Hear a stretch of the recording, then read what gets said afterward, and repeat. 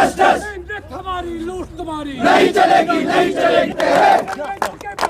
हाय हाय करते हैं, हम क्या चाहते हैं, हम क्या चाहते हैं, जोर से बोलो, जोर से बोलो। जैसा कि आपको मालूम है, Kashmir PHE joint employees association के बैनर तले आज तालाबंद हड़ताल का तीसरा दिन है।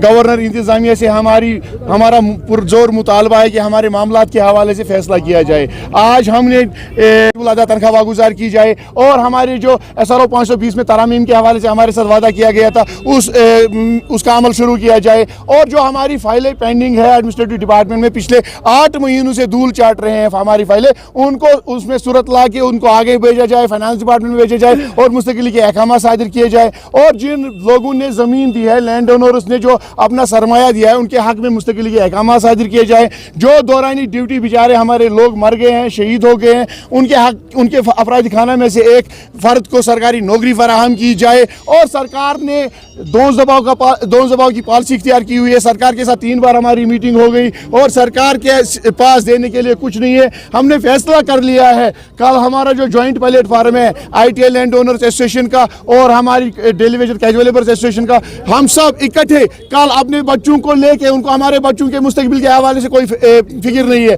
हमने फैसला कर लिया है। हमने अपने बच्चों को लेके कल प्रताप पार्क में 12 बजे अपने बच्चों को लेके एहतजाज करेंगे। उनकी किताबें जलाएंगे, उनके बैग जलाएंगे, उनकी यूनिफॉर्म जलाएंगे और गवर्नर इंतजामिया से कहेंगे, ये आपके लिए शर्म की बात है, आप दावा करते हो कि बेटी पढ़ाओ, बेटी बचाओ और बेटी पढ़ाओ के हमारी बच्चों को स्कूलों से बाहर निकाला जा रहा है। आप खोखले नारे लगा रहे हो, आप खोखले दावा कर रहे हो। और उसके बाद हम यहाँ की गवर्नर इंतजामिया से पुरजोर अपील करना चाहेंगे, खासकर गवर्नर साहब से पुरजोर अपील करना चाहेंगे, ये इंसानी मामला है, इसमें इंसानी दायरे में फैसला लिया जाए।